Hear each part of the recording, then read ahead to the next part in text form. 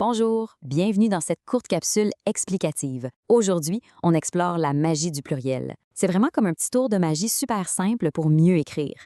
En fait, quand les mots se multiplient, c'est quand il y en a plus qu'un seul, ils ne peuvent pas rester pareils. Ils doivent mettre ce qu'on appelle leur manteau du pluriel.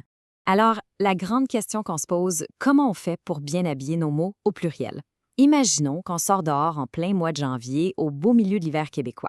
C'est clair qu'on met un manteau, pas vrai? Pour les noms puis les adjectifs en français, c'est exactement le même principe. Quand ils sont plusieurs, en gang, on doit absolument leur rajouter une petite lettre à la toute fin pour les habiller comme il faut.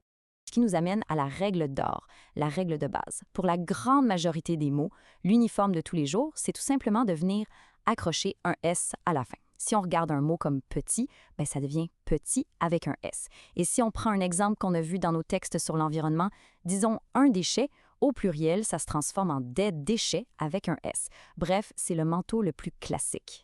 Sauf que, il y a des petits rebelles. Ouais, les mots qui se terminent déjà par un S ou par un X au singulier, eux autres, ils sont têtus. Ils refusent complètement de changer de manteau.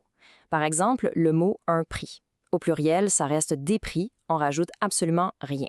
Ça, c'est super facile, on touche à rien du tout, on les laisse tels quels. Ensuite, on a un groupe un peu plus select, disons-le, le club spécial du X. Le truc ici, c'est vraiment d'écouter le son à la toute fin du mot. Les mots qui finissent par les sons O, O ou E, ils aiment ça être un peu plus chic. Fait qu'au lieu d'un S, ils s'habillent avec la lettre X. Donc l'adjectif beau devient beau avec un X, puis un bateau devient des bateaux, encore une fois, avec un beau X à la fin.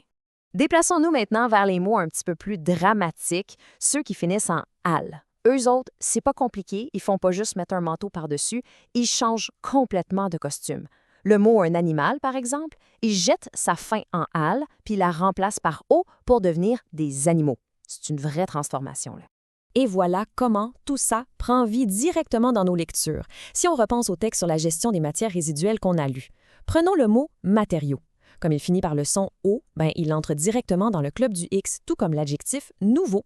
Ça nous donne donc de nouveaux matériaux avec des X partout. Ça a du sens, non?